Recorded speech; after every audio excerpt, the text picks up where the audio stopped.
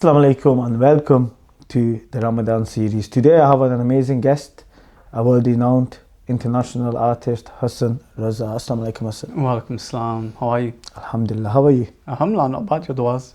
It's been a very long time since we've met, and Alhamdulillah I've been following you on social media. You're always traveling to events, etc. Of course, you're a nasheed artist. How's that going for you? Alhamdulillah, it's going good. I think the main thing, apart from the travelling and outside, is also remembering your roots and where you come from. I think that's vital, but alhamdulillah. No, that's good. And today, this little Q&A, it's a bit of fun for you, get to know you a bit more, but it's mostly about Ramadan, because Ramadan is literally a few days away. So I get straight to it. So what's your favourite childhood memory of Ramadan? Favourite childhood memory about Ramadan is probably as a kid waking up for suhoor and annoying my sisters because they're so moody and grumpy because they've not had enough sleep. That's probably my favourite. And if you could only break your fast with only one food for the whole month, what would it be? That's a good question, isn't it? Good question, but I'm going to give a very simple answer, and I think it would be dates, just because they are sunnah. Subhanallah. Okay.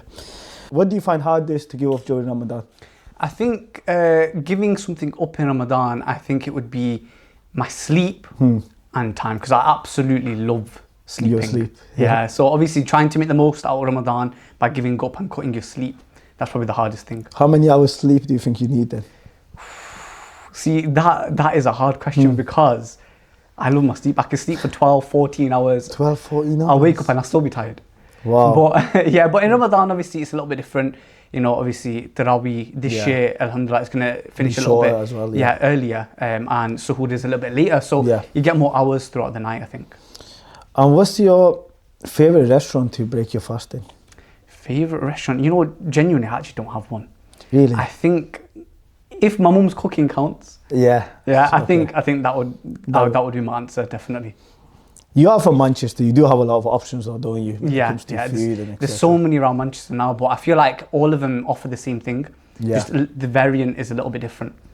And let's know a bit about you. Where did you grow up, like you as yourself? Yeah, so I grew up in Manchester/Cheshire. Yeah. So I'm on the border of both of them, but that's where I was born and raised. Okay, and how was that for you, growing up as a nasheed artist?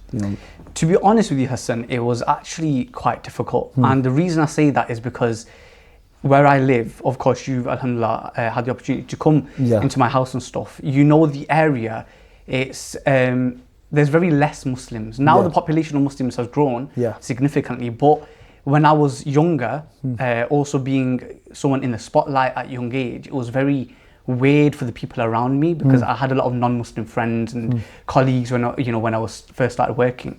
So it was very odd, very strange, and it was quite difficult, to be honest. And is there anything that you have achieved during your as a nasheed artist, and something that you will take with you for the rest of your life?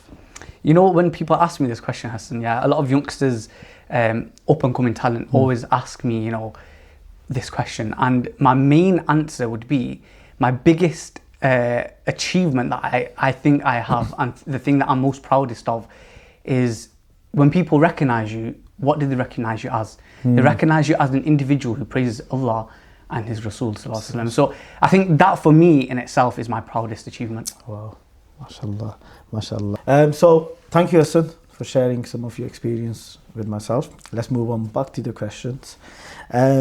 What's the first thing you do after the Maghrib prayer? After the Maghrib prayer, I think the first thing and the most important thing is dua, I think. Because the Maghrib time in itself is a very special time, especially during Ramadan. So I think that is probably the most sacred time to do dua. What's your favourite sweet treat for iftar? See, that's another very difficult question. So you've got some difficult questions today, to be honest. I'm a proper sweet tooth. Are you? I love my desserts. Okay. So I don't think I can give a one answer here, but it would probably be brownies, cookie dough, or milk cakes. Those three are my go-to. Very sweet that though, isn't it, all of them? Very sweet, but like I said, I've got a proper sweet tooth. Right. But you have to choose one. I can't make it that easy, can I? You're putting me in a predicament, man. I think it would probably be brownies. Brownies. Yeah. And of course, for Eid, of course, what's the one thing you always buy for Eid? Perfume. I always try to buy fragrance. I love my fragrances anyway. Yeah. I could smell it now, man. I hope it's a good smell. what are you wearing right now then? Right now I've got oud on. Oud. So okay. oud is like my go-to fragrance anyway. Yeah. So as you know, there's dark oud, light oud. But for Eid, I always try to make sure that I buy some sort of new fragrance. Okay. What's the most unusual iftar you've had? Most unusual, yeah. has probably been coming back from an event on the motorway. Yeah. And it's been cucumber. Huh? Yeah, so cucumber, honestly, yeah. And I think I had like an hour and a half journey. But that is probably my weirdest thing that I've opened my just fast to open your cucumber. Yeah, just with cucumber. That's the first thing that I could find. Good thing I asked that question. And what's one tip you give to someone fasting for the first time? That Ramadan is not only about hunger. I think one of the main things is being able to control not only your thoughts, but most importantly your tongue. You know, being mindful of what you're saying, being conscious of everything, your surroundings, what you're doing, what you're looking at, what you're hearing, what you're consuming, you know, your content as well. I think that is one of the hardest things, even as someone who has experienced fasting, who's born as a Muslim, the most important thing is controlling your tongue. 100%. We spoke about some questions. We spoke about you and a bit about your personal life. In terms of coming to Green Gate Trust, what's one of the projects you like within our charitable work in Green Gate Trust? I think, Hassan, for me personally, I've always loved to help out the Palestinians and the Gazans. And the projects that you're doing out in Gaza as Green Gate Trust as well, that for me plays on one of my heartstrings, and it's something that I'll always hold dearly to me. The work that you're doing, the deployments that you go on, and helping the Gazans out there, that's probably one of the things. If there's one thing you would bring into the charity, what would it be? Such as a project, what something you always wanted to do? So we've got, for example, the water wells, you have the Gaza food trucks, you have the malnourished children in Yemen. What else would be your, like, oh, I really wanted to do this as part of a charitable cause? What would it be? So the thing you're doing, I think, is in Yemen with the bakery. Yeah. I think something like that in Palestine, even though the circumstances right now aren't the best. Difficult, but in the future, I think setting something up like that, especially for the Palestinians, would take them a very long way. Alhamdulillah. And inshallah, hopefully, we are able to do that as a charity. Okay, let's have a little game, should I say. Is this or that? So it could be dates or samosa? Dates. Okay, suhoor or iftar? Definitely suhoor. I would have said iftar. No, I think what it is, I think the feeling at suhoor is different. Yeah. So that's the only thing.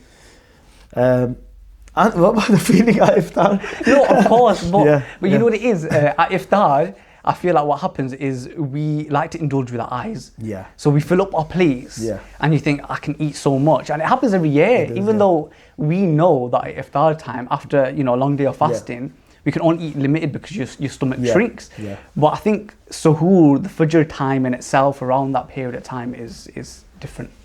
Eat gifts or eat food? I'm going to have to say food. Food, yeah. I think we're too old for gifts now. Yeah. And sweet dishes or savory dishes? Definitely sweet. Would you rather fast for 48 hours straight or eat only dates for a week? See, I'm that type of person, Hassan, that I would believe and think that fasting 48 hours for me would be very easy. Yeah. Whether I can do it or not, I don't know, but I'm definitely going to choose that option. Okay. Pray Tarawih at home or in a packed mosque? No, definitely in a mosque. But the one condition is that there can't be any uncles who burp and it smells like pakore. That's the only condition. Name 3 things you always have on your iftar table in 10 seconds. Dates, water and pakore. Wow. But thank you very much for your time today. Can we hear a nasheed from you? Yeah, inshallah. Just a few lines, inshallah. तेरे सदके में आका सारे जहां को दीन मिला, बेदीनों ने कलमा पढ़ा, ला इलाहा इल्लल्लाह हस्बी रब्बी जल्लल्लाह, माफ़ी क़ल्बी गैरुल्लाह, नूरे मुहम्मद सल्लल्लाह, ला इलाहा illallah. Thank you very much for joining me here today, Hassan, and taking time out of your busy schedule. Hope to see you very soon. And for the viewers, inshallah, we see you on our next episode. Assalamu alaikum.